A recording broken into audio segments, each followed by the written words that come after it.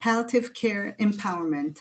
So the mission of IPT-HOPE is to advance physiotherapy management and prevention for this patient population's related functional impairments through education, research, and sharing clinical practice. And the vision is that this should be done worldwide and across cultural groups. Thank you. Okay, thank you for that introduction, and thanks to the organizers for inviting me to speak today. Before I get started, Fiona, can you just confirm that the slides are sharing and you can hear me okay? Yes, the slides are sharing and I can hear you. Thank you. So today's presentation is going to focus on the role of exercise in the management of rectal cancer.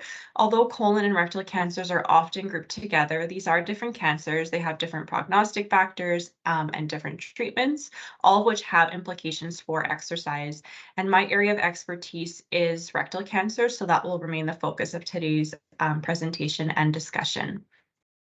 So I'm going to start off by providing a brief overview of the treatments for rectal cancer, followed by another brief overview of the possible benefits of exercise in these patients. And then I'll go over the results from our work in this area, as well as provide some general exercise guidelines for these patients. And then we'll finish off with an interactive case study. So locally advanced rectal cancer, which are your stage 2 and 3 rectal cancers, are typically treated with trimodal therapy. The first part of this treatment involves approximately 5 to 6 weeks of combined chemotherapy and radiation. And so the goal of the chemoradiation is to shrink the tumor prior to surgery. After chemoradiation, patients will have approximately a 6 to 8 week break period before they do go on to get their surgery. And during this time, the tumor continues to shrink, but also the patients have some time to recover from the acute side effects of the chemoradiation. After surgery, once patients have recovered well enough from the surgery, they will go on to receive more chemotherapy. So I recognize that the treatment of rectal cancer may vary by country and by center. However, this still remains the main protocol for locally advanced rectal cancer worldwide. Our work has focused on the role of exercise prior to surgery, so during chemoradiation and in the break period before surgery. So today's presentation and discussion will focus on what is happening prior to surgery. And some of the acute side effects of the chemoradiation are listed here. So these include diarrhea, fatigue, radiation dermatitis. So in this patient population, they can get burns between the buttocks.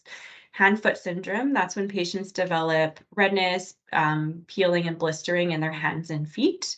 Cardiotoxicity, hematologic toxicity, and physical deconditioning. So this slide is meant to illustrate some of the proposed pathways through which exercise may improve outcomes for rectal cancer patients. During chemoradiation, exercise has the potential to help patients manage some of their symptoms. And if they're experiencing fewer symptoms and fewer toxicities, this could improve their quality of life, but also their ability to complete their treatments. And if they're better able to complete their treatments, then they're likely to have a better response to those treatments and ultimately better outcomes. Exercise also has the potential to improve how well the chemoradiation works. There are several biological pathways through which this may occur. So just as an example, hypoxic tumors are resistant to radiation therapy, and there are animal studies showing that exercise improves tumor oxygenation. So that's just one of the pathways through which exercise may improve how well the treatment works. After chemoradiation and prior to surgery, exercise may have direct effects on the tumor. However, disentangling these effects from the effects of the treatment, as we know, the tumor is expected to continue to shrink. So it's really hard to distinguish what's happening from exercise and what's already happening from the expected effects of the chemoradiation. Exercise also has the potential to continue to help patients manage their symptoms and improve their quality of life, and could reduce the risk of surgical complications. So with little exercise research in the pre-surgical rectal cancer setting, we started out by conducting a phase 1 trial to look at the feasibility and safety of aerobic exercise in this patient population. We recruited 18 rectal cancer patients who were scheduled to receive chemoradiation. We asked them to complete assessments at 3 time points, and these assessments involved physical fitness testing as well as questionnaires to assess patient-reported outcomes. The first assessment ideally happened before they started any of their treatments. The second assessment occurred within 1 week of completing their treatments. And then the final assessment happened within a week of their surgery. During chemoradiation, participants were asked to complete 3 50-minute moderate intensity aerobic exercise sessions per week, and all of this exercise was supervised. So our fitness center was located about 5 minutes from our cancer center, where patients were going Monday to Friday already to receive their radiation therapy. So it was fairly easy for them to walk over after the radiation and participate in the exercise. After chemoradiation and prior to surgery, we gave patients the option of continuing with the supervised exercise or continuing with unsupervised exercise, and most opted for unsupervised exercise as they were no longer coming to the area regularly. So at this stage, participants were asked to complete 150 minutes or more per week of moderate intensity aerobic exercise.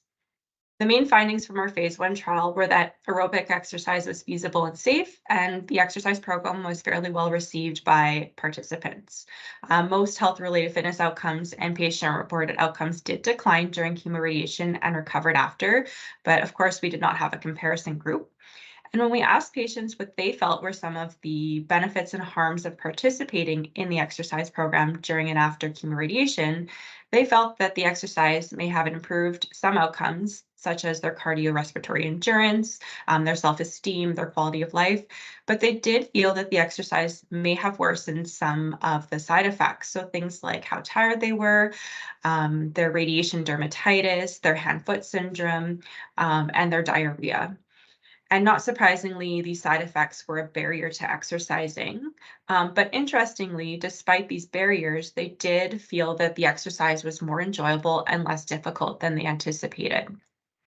So findings from this phase 1 trial helped inform the design of a larger phase 2 trial in this clinical setting called the EXERT trial. And this one had the goal of further establishing the feasibility and safety of exercise in this clinical setting, but also to begin to look at the effects of exercise on outcomes, including cardiorespiratory fitness, other fitness outcomes, patient-reported outcomes, such as quality of life and symptom burden, as well as treatment outcomes. This was a 2-armed randomized control trial, and again, we had assessments at baseline, post-chemoradiation, and prior to surgery. During chemoradiation, participants were asked to complete 3 supervised high-intensity interval training sessions per week, which consisted of a 2x2 method. So participants were asked to do 2 minutes at 80% of their VO2 peak, followed by 2 minutes of recovery at 40% of their VO2 peak, and to progress up to doing this 8 times in a session. And all of this was done on a treadmill. After chemoradiation, participants were asked to complete 150 minutes or more per week of moderate to vigorous intensity continuous exercise. So you'll note that the intensity of the exercise is higher than in our phase 1 trial. And this was because, based on our experience with the phase 1 trial, we felt that participants could do a little bit more. And the goal was really to get them to do as much exercise as we felt feasible and safe, with the idea that delivering a higher dose of exercise could lead to better outcomes. And the usual care group was just asked not to change their activity levels for the duration of the trial. So we randomized 36 participants, 18 to each group. During chemoradiation, the median attendance to the supervised exercise sessions was 82%. And after chemoradiation and prior to surgery, the median number of exercise minutes, so these would be your moderate to vigorous continuous exercise minutes per week, were 90. At the post-treatment time point, 78% of participants in both groups completed the health-related fitness outcome measures, and 89% of participants in both groups completed the patient-reported outcomes. So these would be the questionnaires. And we had treatment data available on all participants. At the pre-surgery time point, you'll note that the number of health-related fitness tests that were completed dropped, and this was mostly due to medical reasons. So not something that we would likely be able to address in future trials. And patient-reported outcomes were higher. At the post-surgery time point, so this would just be the surgical, this would just be the pathologic complete response. So this was taken from surgical samples, and this was from the medical charts, and we had data available on all but one participant, and that's because one participant decided not to have surgery. So exercise did not improve cardiorespiratory fitness at either the post-chemoradiation or pre-surgery time point, and no between-group differences were observed for any of the other physical fitness outcomes. This slide is meant to illustrate the overall pattern for symptoms. For scales on this slide, higher numbers indicate worse symptoms, and a 10-point difference is considered clinically meaningful or important to the patient.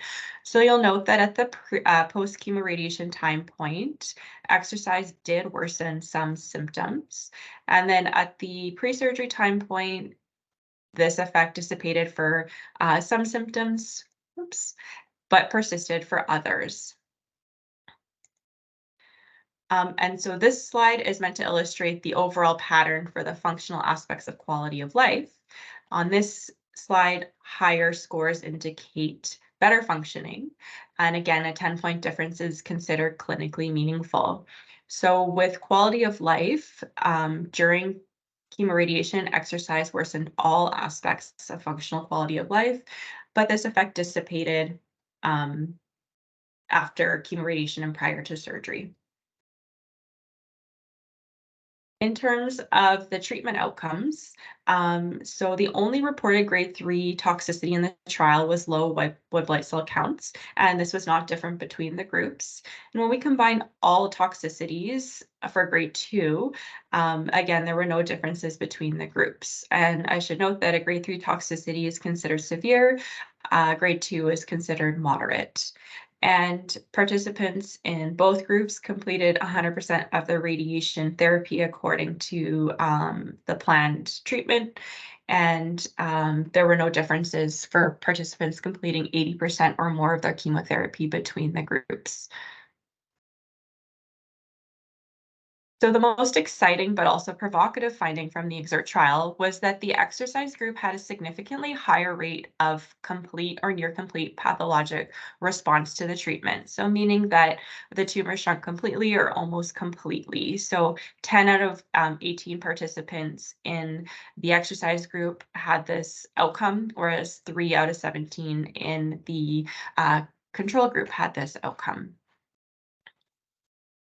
So to summarize, exercise during and after chemoradiation was feasible and safe for most rectal cancer patients. It did improve the rate of treatment response despite limited improvements in fitness. However, contrary to existing research, exercise exacerbated some symptoms and worsened quality of life during chemoradiation. So what does this mean? So moving forward, larger trials are needed to confirm these results. And if the clinical benefit of exercise is confirmed, then that modest symptom exacerbation seen during chemoradiation may be considered tolerable by patients. And exercise may also be a less resource intensive and less toxic intervention than, for instance, a drug that would improve how well the treatment works. However, in the absence of any clinical benefit, exercise may actually become contraindicated in this clinical setting if we continue to see an exacerbation in symptoms. So I would say that to date, insufficient evidence exists to offer precise recommendations for exercise when it comes to rectal cancer patients receiving chemoradiation. and that the aim should really be to achieve current public health guidelines. So these may vary depending on where you are, but in general, the recommendation is to aim to achieve 150 minutes per week of moderate intensity aerobic exercise or 75 minutes per week of vigorous intensity exercise, and to participate in resistance training a couple times a week. So if you are working with a rectal cancer patient in this clinical setting, I would recommend following these guidelines with them. And you could also advise them the results from the trial, suggesting that exercise may improve how well their treatment works. And this should hopefully motivate them to exercise, but also note that it may exacerbate some of their symptoms. So that's something that they would have to keep a close eye on. And then just some considerations if you are working with these patients. The exercise should always be individualized and modified based on any immediate treatment-related side effects. So as an example, if a participant is, or if a patient you're working with is experiencing fatigue, then you could reduce the intensity of the exercise on a given day. You also would want to prescribe exercise according to their capabilities and willingness, and also recognize that this might be different during as opposed to after treatment, what they're able and willing to do. And as always, exercise should be prescribed according to the patient's goals and preferences. And there are some instances in which exercise may be contraindicated in this clinical setting. So these could be related to the disease or the treatment. So an example of a disease-related contraindication would be if the patient is, say, severely anemic, because that can happen in this patient population. So if that's the case, it may not be the best time to start an exercise program until they get that under control. Treatment-related contraindications may be transient or more long-term. So as an example, a patient may have a fever one day while they're on treatment. So it would be contraindicated for them to exercise that day, but if they're feeling better by the next, then it would be likely okay for them to exercise. However, if they did develop, say, hand-foot syndrome and they had blisters on their feet, then it may be contraindicated for them to continue with the exercise, as we don't want the friction of walking to make that worse and interfere with their ability to complete their cancer treatments. And then other contraindications would be any uncontrolled comorbid conditions, so something like uncontrolled heart disease. So I think I mentioned earlier that cardiotoxicity is one of the potential side effects in this patient population. So you'd want to make sure that any heart disease is controlled for.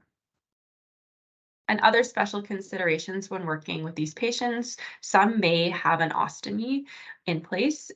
So if a patient has a very large tumor that's obstructing their bowels, they will have surgery before they even start their treatments to divert their colon. So you may have a few patients or come across a few rectal cancer patients who haven't received treatment yet, but have an ostomy. So it's not contraindicated for them to exercise, but you'd want to be mindful of this. Some patients may have a PICC line during treatment. So there are two routes to deliver the chemotherapy. One is through oral capecitabine, and the other one would be intravenous chemotherapy. And so in those patients who opt for the intravenous chemotherapy, they will have a PICC line. So if you're doing resistance training with these participants, just note that that would be in their bicep. So you'd want to avoid that area. And then also to keep in mind is that seated exercise may be uncomfortable for rectal cancer patients. So this could be because of the tumor, which puts pressure in that area, but also the treatments. So they would have possibly burns in that area. So something like biking may not be very comfortable for them. And then washrooms should be close by. So this is, again, based on our experience working with these patients.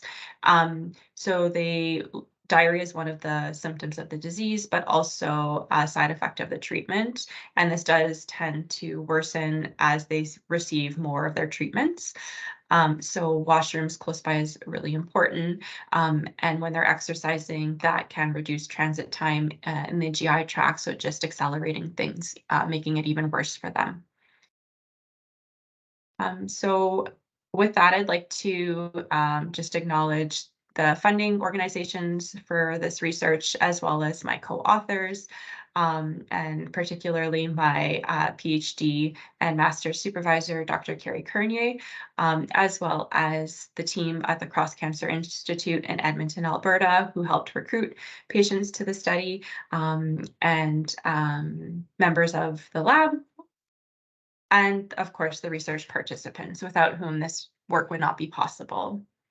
So I think we have time for some questions before we move on to the case study.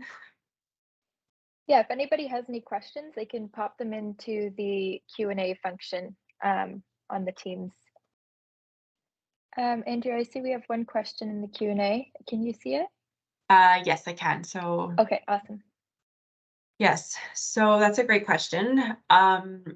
So in our phase 1 trial, we did use other modalities that were available in the fitness center, and that was well received by participants. So things like elliptical. Actually, one patient did row, which would be seated as well. But yeah, elliptical would be one. Walking is really probably the primary modality. And then if you're doing any resistance training with participants, just modifying it so you have them in a standing position. And that said, if a participant is comfortable seated, then it's probably okay. Like it's not, I don't see any other reason than for their comfort to not put them in a seated position. So you can certainly individualize it based on how the participant is feeling. And it'll be different. So some patients will initially already have quite a bit of discomfort in that position, and others it may develop as they progress in their treatments, and some may be fine the entire time. Okay, All so right. If no one else has any more questions, we can move on to the case study. okay, so let's say you're in clinic and a 64-year-old male has just been diagnosed with stage 3B rectal cancer. So just finished meeting with his oncologist, who has notified him that he's going to receive 6 weeks of combined chemoradiation, and these treatments will be starting sometime within the next 2 to 3 weeks. They'll consist of 30 radiation treatments, so that means Monday to Friday for the next 6 weeks, as well as concurrent chemotherapy. And then about 6 to 8 weeks after completing chemoradiation, he'll go on to have surgery, and then possibly more chemotherapy after surgery. So from the patient's medical chart, you know that they have hypertension and are taking Coversil. And then you can complete some additional exercise pre-screening.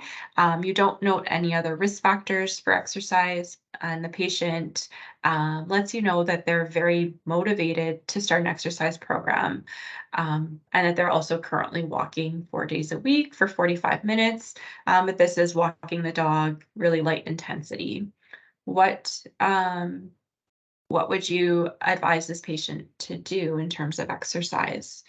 So I can open it up if anyone wants to share their thoughts and ideas on how they work through this. And if not, I can also provide some follow-up questions. Okay, so maybe I'll ask a question here. So maybe to start off, when would you advise the patient to start an exercise program? If I'll put that in the chat here. So I think I see someone who has their hand raised. Hi, I'm Shayantan from India. In our setup, actually, we start prescribing exercises the day the patient was visited in the hospital, and we have some treatment probably for the patient. So that day onwards, we actually start our treatment that is called rehabilitation. So we actually have a plan for the patient the patient should go for chemoradiation therapy. After that, they will go for surgery after 6 to 8 weeks break. So we have found that it's very helpful if the patient start doing exercises from the beginning. So for that, we start taking care of the chest and patient's activity level, and ambulation, because most of the patient after diagnosis, they simply don't do much thing. They don't move actually, and a few patients bleeds, and because of the pain also, so they restrict their life from themselves. So we advise them to keep moving, so do your activities as much as possible, and start taking care of the chest in the mean of chest exercises, as well as we start developing their core muscles, because some of the patients will be having colostomy or ileostomy.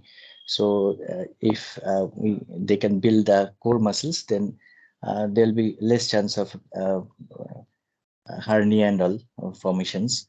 And some of the patients, if the colostomy is not permanent, if it is higher rectal cancer or colon cancer, then we can start teaching them Kegel's exercise too.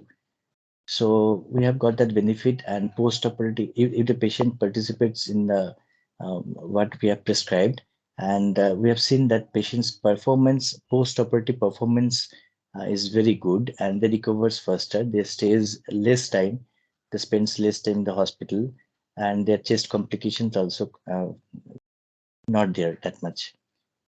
Thank you so much for sharing that. I think that sounds wonderful. And yeah, those are so in terms of when to start, absolutely. I think if the sooner we can start, the more likely the patient is going to benefit or have greater benefits. So we, in our trial, we waited until they started chemoradiation, but if you can get them started as soon as they're diagnosed, that would be those extra couple of weeks may amount to greater benefit for these patients. And I think it's great too that you're addressing strength training as well, so core. And so that's something that, as far as I know, there's very little research in this clinical setting when it comes to resistance training. So it sounds like, I guess I'm just wondering, is this a clinical program, physiotherapy-based clinical program in the hospital, or is it a research study? And do you have data from the work that you're doing? Actually, I work in a 470 bedded cancer hospital, and we are performing regularly much cases for say for 3-4 patients per day for colorectal cancer, and including all other surgeries. So we actually collect data, but we haven't gone for any studies so far because we have lack of manpower to do that. But we are definitely documenting this. But for rehabilitation, we have documented, and we have seen that preoperative exercises helps in postoperatively. So in the mean of early recovery, speedy recovery, less chest complications, and less stay in the hospital like this. And before the surgery also, when the patient is in capox or patient is in radiation therapy, they used to come to us 2 weekly or during like 3 weekly when they're coming for chemotherapy once again. So we actually this is also depending on how the patient is performing. So there is no such guidelines that we are following that patient has to come, but we actually as the patient, we select those patients who are not that much motivated, or who actually having scared of having all this thing and to follow all these guidelines, or having some toxicities. So those patients we target, and we actually, it's a teamwork. So from the surgeon end, from the radiation therapist end, and from our end also, we actually ask them to come repeatedly so that they get to know about the benefits, and they actually benefited with these exercises. So we have certain guidelines, but it's not actually what you can say. There is no such research we have done so far.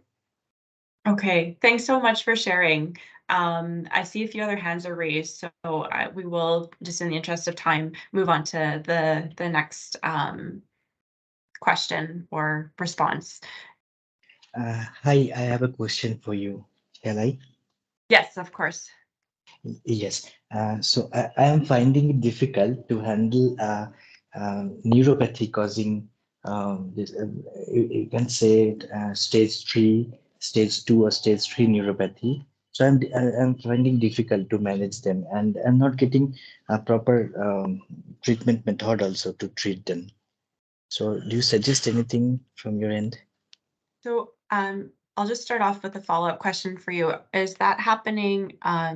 Is this specifically in the rectal cancer population or colorectal? And would it be, if it's with the rectal cancer patients, in the adjuvant setting? So the chemotherapy that they get after surgery? Because it's not a common side effect with the combined chemoradiation in the pre-surgical rectal cancer setting.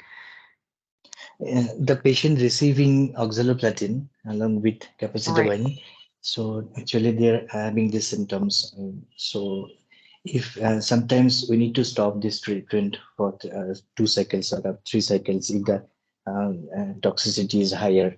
So it's very difficult to treat them. I'm not finding any solutions for them. So that's why I'm asking you whether you can guide me.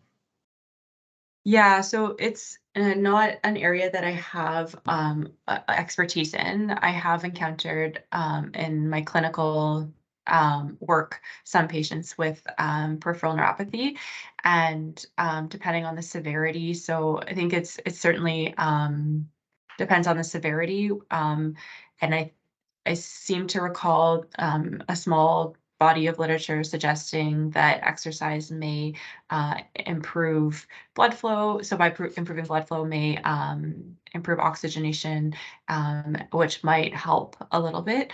And one thing that might be appropriate in these patients is, of course, like more physio-based exercises. So things like relearning, so using different textures, like ball textures, balance exercises.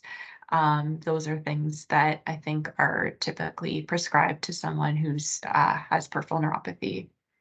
And then just aerobic exercise just to improve overall blood flow. But that would have to be with consideration, or considering their how severe the neuropathy is and if it's impacting their balance.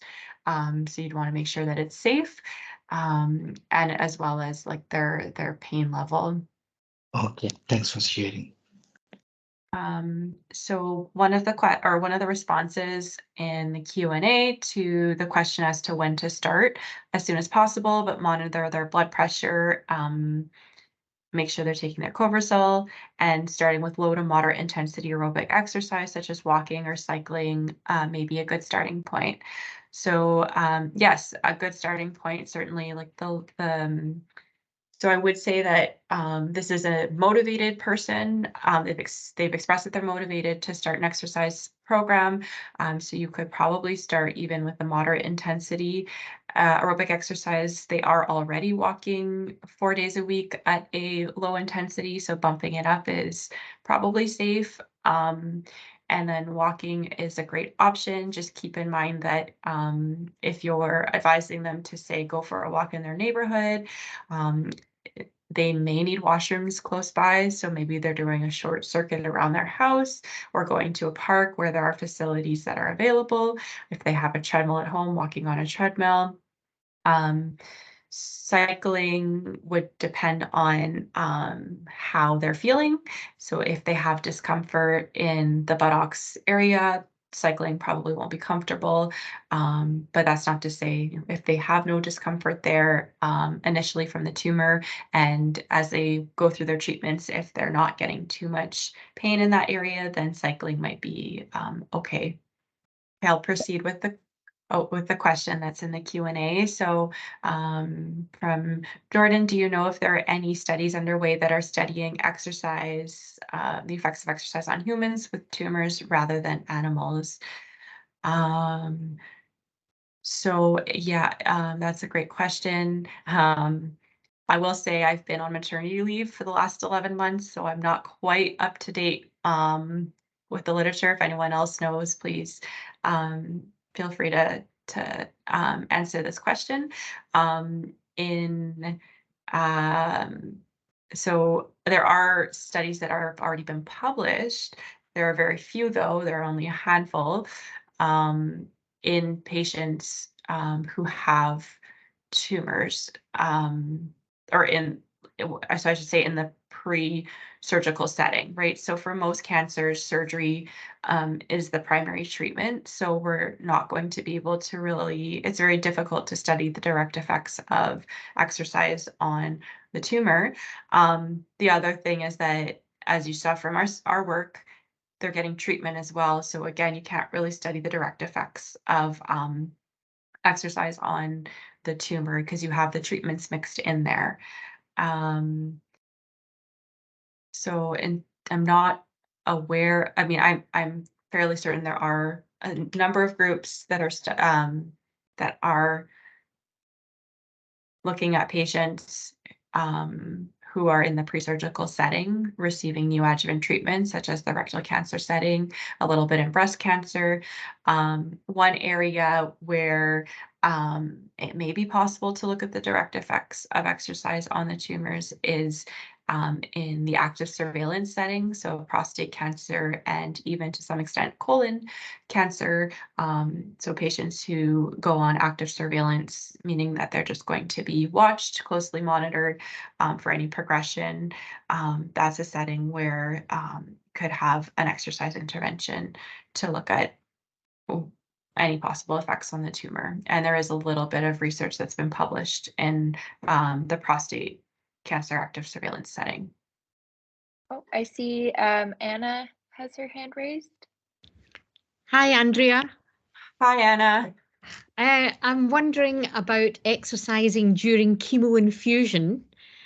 We did a case study with pancreatic cancer with a 45-year-old person with advanced pancreatic exercising on a turbo trainer during chemo for his pancreatic cancer. Is there any research on that in rectal? Would you recommend it as something that potentially, the result with him was that his tumor had actually shrunk and he was operated on and got the Whipple operation, which they first thought was not possible because I think that the exercise during chemo had increased the efficacy of it. We don't really know, but I just wondered your views on exercising actually during chemo infusion. Yeah, that's such a great question. And that's really nice outcomes that you saw. So for the rectal cancer setting, I would say, I mean, this is my experience, and it may be different in different countries and different centers. But at our center, most patients opt for the oral chemotherapy during their chemoradiation. They don't want the IV. So it's usually only a couple of patients who are receiving chemotherapy that way. And I certainly, I think it's kind of a hot topic in exercise oncology right now to exercise during chemotherapy infusions, with the idea that you're improving you're improving the delivery of the chemotherapy by overall increasing blood flow. I think it could be that exercising during would be beneficial, but it may also even be exercising prior to. So I think there's going to be both the acute impact of exercise and the chronic effect of exercise training that will help improve the delivery of the drug to the tumor. Acutely, my reason I would tend to work through it as when we're exercising, we tend to redirect blood flow away from organs that don't need as much to the working muscle. So it might depend on the location of the tumor. But then we know that tumors don't respond normally. So maybe this effect is not happening in the tumor environment. So I think we just need a lot more research in this area. That's great. Thank you very much, Andrea. I don't know if I'll see you in Denver at the ACSM conference. Not this year, but hopefully by next year. Not sure how everyone's feeling. I could ask another question if you'd like. So yeah, we can do one. We have time for one more, Yeah. maybe. See. Yeah, so I'll skip over some of the ones I had, but we'll just move on. So we really focused during the presentation and discussion on the pre-surgery phase with these patients, but if a patient expresses interest in exercise after surgery, what would be the first step you would take? So I'll provide maybe what I would do. So the patient has, okay, so we'll say that they've recovered from, not recovered, but they've had their surgery and they're interested in starting up exercise again. The first thing I would do would be to repeat the exercise screening questionnaire with them. I'd want to have more information about their surgery. There are different surgeries for rectal cancer. He may have had complications with the surgery, so I'd want to reassess him before starting an exercise program after surgery. And provided that there are no major red flags, I would then at that point start as soon as possible with them, but just start slowly. So as we always want to do with exercise, start slow, build gradually, and have the goal of meeting the public health guidelines. And keep in mind that this individual is likely going to be receiving more chemotherapy shortly. So what they may be able to do might change yet again. So yeah, just go according to their current level of function and their goals and preferences, which may have changed from what they were prior to the surgery. Andrea, I see one comment on your discussion there on the Q&A. Yeah, so great question. So aside from the questionnaire, so reassessing their fitness level, are there any referrals you would want to make? So referrals, so just to clarify, referrals or like medical clearance. So medical clearance, it's always, it depends, but I think in these patients, if you are working closely with clinicians, then if you can get medical clearance from either the surgeon or oncologist, that's great. Otherwise, go according to your organization's legal, like whatever you have to do to clear them for exercise legally under your certification. And then referrals, perhaps as you see fit. So as I'm a clinical exercise physiologist, so really looking at general exercise programming. But if I see that, say, the patient is really struggling with a specific issue that they could benefit from a physio referral, then maybe I would be making that referral. So for example, if they have an ostomy and we're having a really hard time managing it with exercise, maybe that referral would be made to really work on like deep core stabilization and getting that under control prior to starting a general exercise program.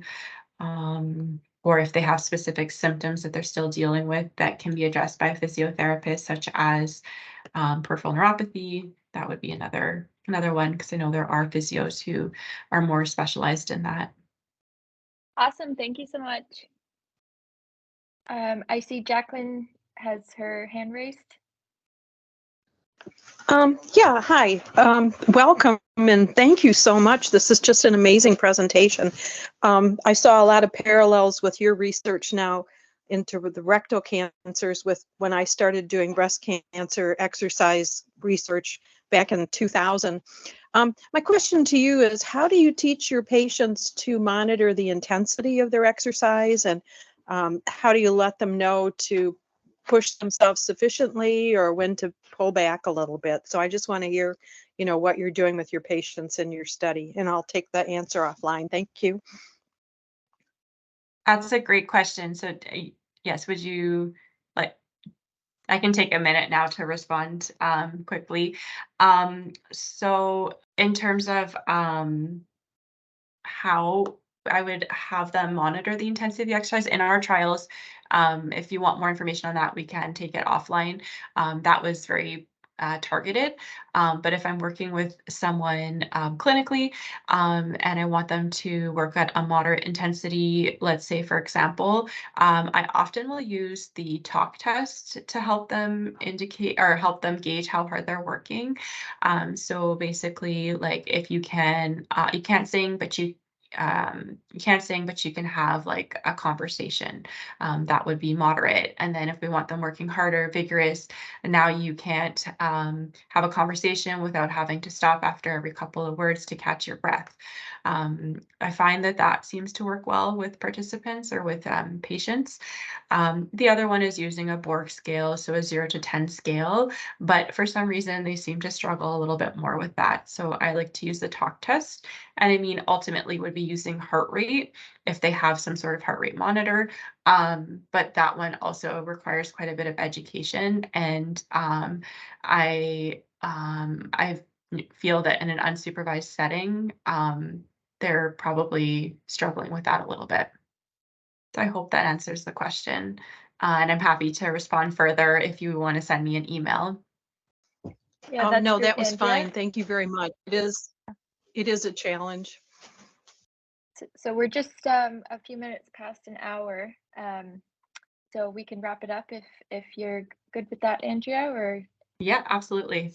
so yeah, I'll just pop in quickly just to thank Dr. Morelli for speaking to us today, and on behalf of Jordan, Hope, and I, who are the student leaders for the GCU IPT-HOPE Student Network, thank you very much for all attending. And yeah, we plan to host another webinar hopefully in the summer months, so keep an eye on our Instagram page for updates on that as well.